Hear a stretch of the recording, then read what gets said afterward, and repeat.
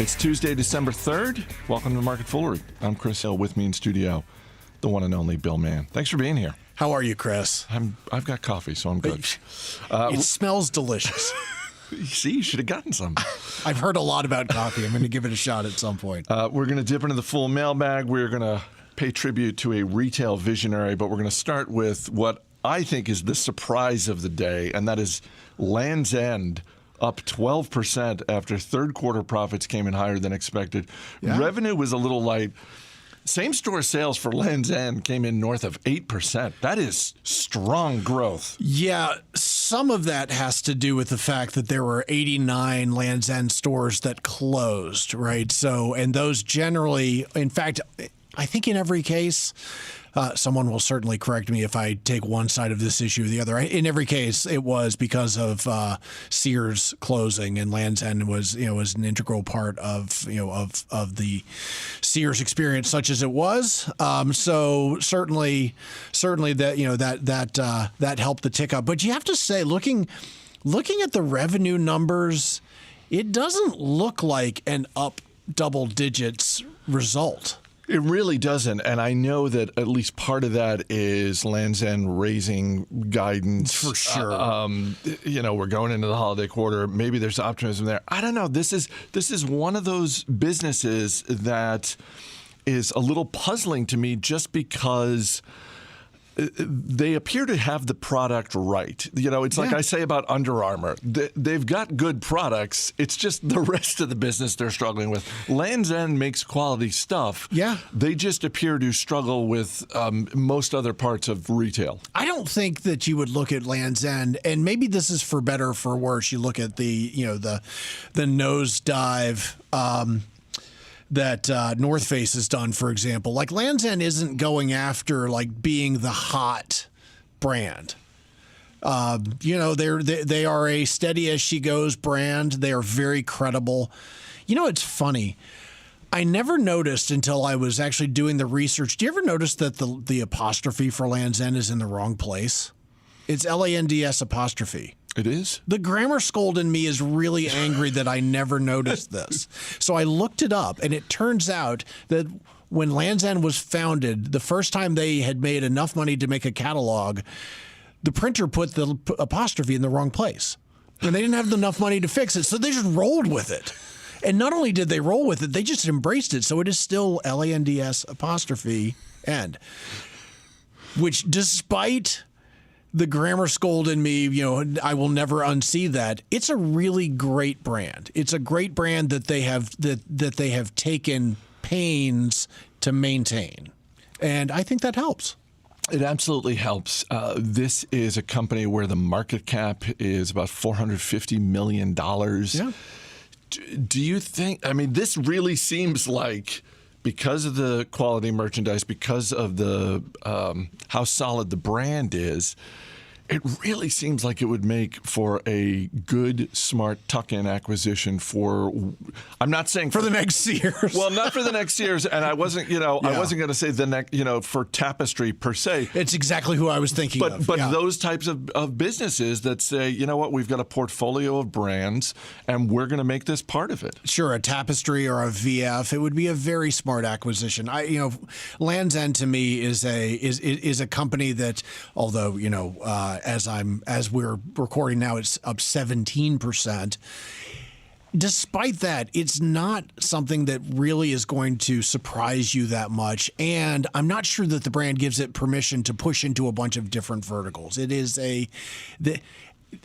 what we think it is. And so, I would think that this would be, now that it's cleaned up a bunch of its operations, now that it's, Sears is sort of taking itself out of the equation, I would think that this would be a really good acquisition for a Tapestry, because it's a good cash flow story. It's just not one where I would expect hyper growth without taking some risks to the brand. Shares of Ollie's bargain outlet are down more than 12% so far this week due to the passing of CEO Mark Butler. Mr. Butler was 61 years old. He was with his family over the Thanksgiving weekend when he died. Our sympathies to his family and friends, and we will get to the business of Ollie's bargain outlet in a minute.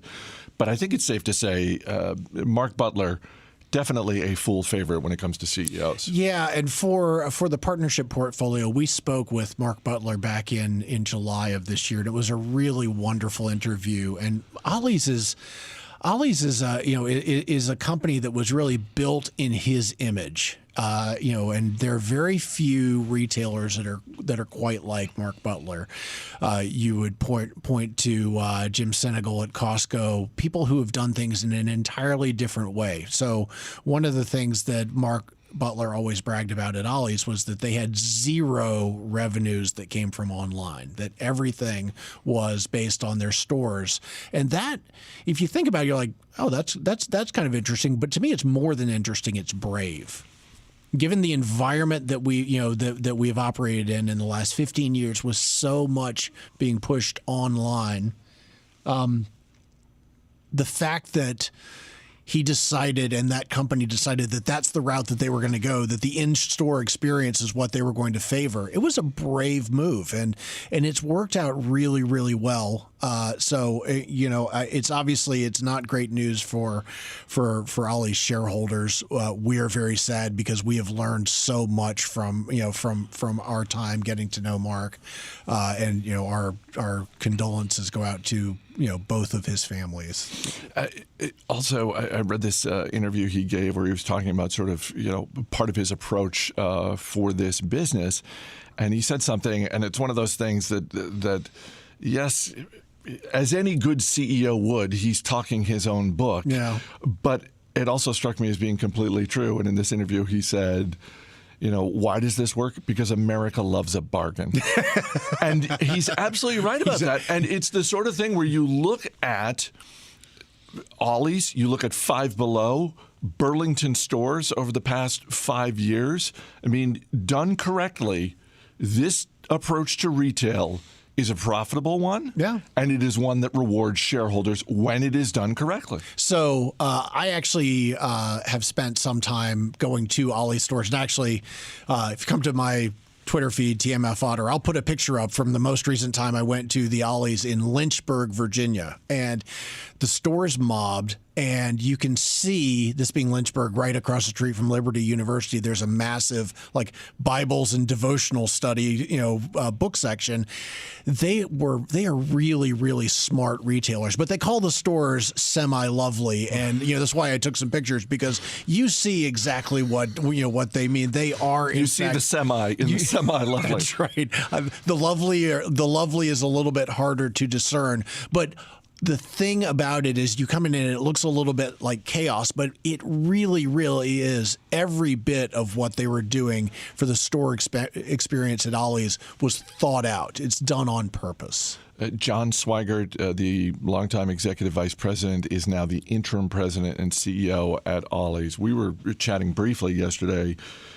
You were saying you think this is a smart move to just, even though he's been there, to keep the interim title with him for now. Yeah, it gives them some optionality. The thing that the thing that impresses me about this is that Ollie's obviously had in place a what do we do if Mark Butler gets hit by a bus plan, right? And unfortunately, they had to put that plan into action. They had to put the plan into action, and it is particularly for companies that are dominated by a charismatic founder CEO. That's a really hard thing to put in place, and they have done so. So Ollie's, I think, is in better stead than I thought it might have, than I might have feared it would be. And, so it gives them some optionality. They'll do a search. I would suspect that the interim will be dropped at some point, because this is not a company that's going to go out and, hire the next hotshot, who wants a new challenge from Apple or whatever. This is an iconoclastic company. Our email address is marketfoolery@fool.com. Question from Gilbert in the Netherlands, who writes, first of all, thank you for your wonderful podcast. I'm a daily listener. Thank you for listening, Gilbert. You guys keep saying that you should only have 5 to 10% cash in your portfolio. But if you do that, with what cash are you going to sweep up all the bargains once a recession is a couple of months or years old? This was one of those questions that when I first read it, I thought he was being cheeky. And then I was like, oh, no, wait, I get what he's saying. And he's absolutely right. I mean, the prospect of a recession lasting 6 months, 8 months, 12 months, that sort of thing, where it's like, oh, right. So what do you think? Well, first of all, the market tends to go up around 10% a year. So if you have 10% of your portfolio in cash, let's just call that a year's worth of gain potential, right? I mean, 10% is a lot. I mean, I actually have more than 10% in my own portfolio in cash right now. So I'm not quite sure where he's gotten the 5 to 10%. It's a reasonable number. I actually have more than that, but 10% is plenty. And keep in mind that when inevitably the market drops 20%, that 10% isn't going to be 10% anymore because it doesn't move. Right. So it will suddenly become 14, 15% of your portfolio. You will have plenty of ammunition to invest in companies that you think have become bargains. As a general rule of thumb, because, Gilbert's question got me thinking about. It is a great question. Figuring out a way to have cash in your portfolio. And one way to do that is just to say, for some stocks, I don't want to repurchase additional shares. I don't want to purchase additional shares when I get the dividends. I just want the money. Take the money. Yeah. Is that your move generally when it comes to dividends, or does it depend on the business? It kind of depends. I keep in mind. So I don't happen to own any now since Oaktree was taken out, but I have owned companies in the past that I consider to be cash generators, and those types of companies I would allow the cash to accrue. So you should know once again why it is that you own companies, right? The other thing to keep in mind is that that prices are information, and while we always talk about don't sell your winners, when the market gets hit really, really hard, sometimes the relative attractiveness of certain companies is going to change. Not even sometimes. It will do it every time. So you have to be willing to harvest from some positions into others. I mean, every single bit of your portfolio is potential cash. I remember we had an event. This might have been one of the first member events we ever had. And I remember you were on a panel, and one of the things you said was, I'm a long-term investor, but make no mistake, every single company in my portfolio is for sale at the right price. At some price. Every single day. Yeah. Every single day. Yeah. At some price, no matter how much I love this business, at the right price, I am selling the hell out of this. That's right. And I'm glad you remember that, because I did get some flack from people. They said, well, then you're not a long-term investor. No. You're right. Yes, I get it. And I can't remember the last time that I sold a stock on purpose, but when the market is in dislocation, and dislocation can be because people have gone crazy on the upside, or it can be on the downside, you would be absolutely insane just to stand upon, well, this is what I am and this is what I do, because when bargains come out, you have to be willing to act. Question from Sam Gorashi, who writes, my question is about, I haven't heard this name in a long time. My question is about Chesapeake Energy. Yeah. From my early days of being a young fool, I recall listening to the stories of former CEO Aubrey McClendon and his thirst for collecting everything rare. At one point, Chesapeake Energy was a top natural gas player, and now it trades for 60 cents a share. Is this a value play? Thanks for helping me convince my bride that investing in stocks is not gambling. You're welcome. That's so great. Haven't heard those names in a while either. surprised that Chesapeake Energy was.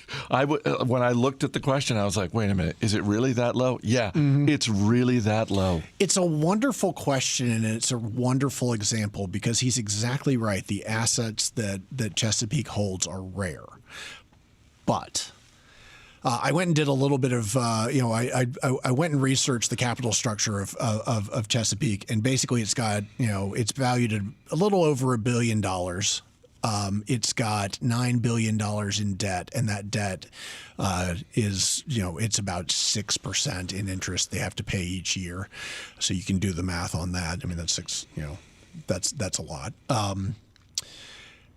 And they have a preferred class of stock, which at present pays a 20% dividend, which sounds awesome, except a lot of times that dividend is information. And what that information is that the market believes that the company will be unable to pay its dividend, from cash flows. So they will either need more debt or they will have to start selling some of those assets. So the assets themselves are somewhat irrelevant. Now, the reason that you might invest in Chesapeake, and this is not advice, and I will say very strongly I would not do this, is if you believe that the market is wrong about Chesapeake's ability to pay and operate. Because if it is wrong, then the stock is an absolute bargain. But I tend to think that the debt market and the preferred markets tend to be pretty efficient. Last but not least, quick shout out to Sam Muffley, longtime listener, mentioned on Twitter. Nice reminder for all of the talk, and we talked a lot about this yesterday, about Black Friday and Cyber Monday, that today is Giving Tuesday. So Yes. As fools, we like to look through charitables through the lens of investing and long-term solutions. And also, let's face it, some charitable organizations are better run from a financial standpoint than others and do a better job of getting more of the contributional dollars to whatever the cause is. So yeah, great reminder that take a couple minutes today and think about. Please do. It's funny because I always think that whenever I hear Cyber Monday and Black Friday, they sound like war scenarios in an Orson Scott Card novel. So to be at Giving Tuesday, and I've been involved with a foundation for a number of years that addresses impoverished women in Africa. I have chosen to think like an investor in terms of my own charitable giving, and that means you're trying to alleviate pain rather than anything else. And it's a wonderful thing to do. I mean, it's for me to have Giving Tuesday just after Thanksgiving is a really wonderful thing. For those unfamiliar, go ahead and you can It's called the Fistula Foundation. Yeah, you can share the name. FistulaFoundation.org, and it was originally primarily focused in Ethiopia. It's now throughout Africa and throughout in places like Afghanistan, and it's we basically provide surgeries for a childbirth injury that is completely unheard of in the West, and so we help some of the world's most disenfranchised women, and it really just it makes me feel good to even talk about it. So thank you for giving me that opportunity. Thanks for being here. As always, people on the program may have interest in the stocks they talk about, and the Motley Fool may have formal recommendations for or against, so don't buy or sell stocks based solely on what you hear. That's going to do it for this edition of Market Foolery. The show is mixed by Dan Boyd. I'm Chris Hill. Thanks for listening. We'll see you tomorrow.